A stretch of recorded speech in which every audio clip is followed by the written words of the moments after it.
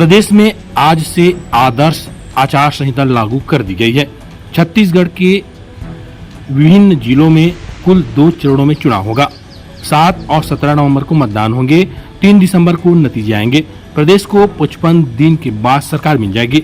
विधानसभा चुनाव में 2,03,60,240 वोटर मिलकर नई सरकार चुनेंगे। संख्या बल में पुरुषों की तुलना में महिलाएं आगे बढ़ गई है। चुनाव आयोग ने आज छत्तीसगढ़ सहित 5 राज्यों में चुनाव तारीखों का ऐलान कर दिया है। छत्तीसगढ़ में 2 चरणों में चुनाव होंगे। पहले चरण में 7 नवंबर और दूसरे चरण में 17 नवंबर को मतदान की जाएगी। चुनाव परिणामों की घोषणा 3 दिसंबर को होगी। ऐसे में आज से 55 दिन बाद प्रदेश को नई सरकार मिल जाएगी।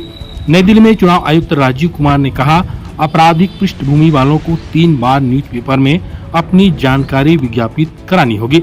वहीं राजनीतिक दलों को भी बताना पड़ेगा कि ऐसे प्रत्याशियों को टिकट देने के अलावा उनके पास कोई विकल्प नहीं था।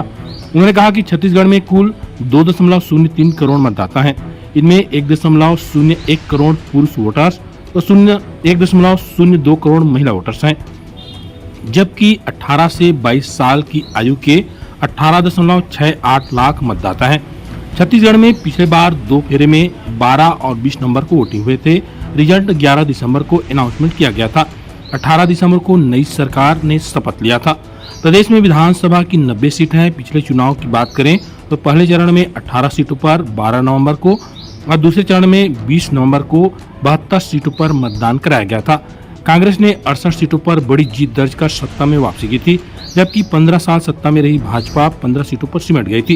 इस बाद हुए उपचुनाव में भाजपा के पास 14 रह गई, जबकि कांग्रेस की 3 सीटें बढ़कर 71 पहुंच गई। Similarly, in case of Chhattisgarh, the elections would be in 2 phases.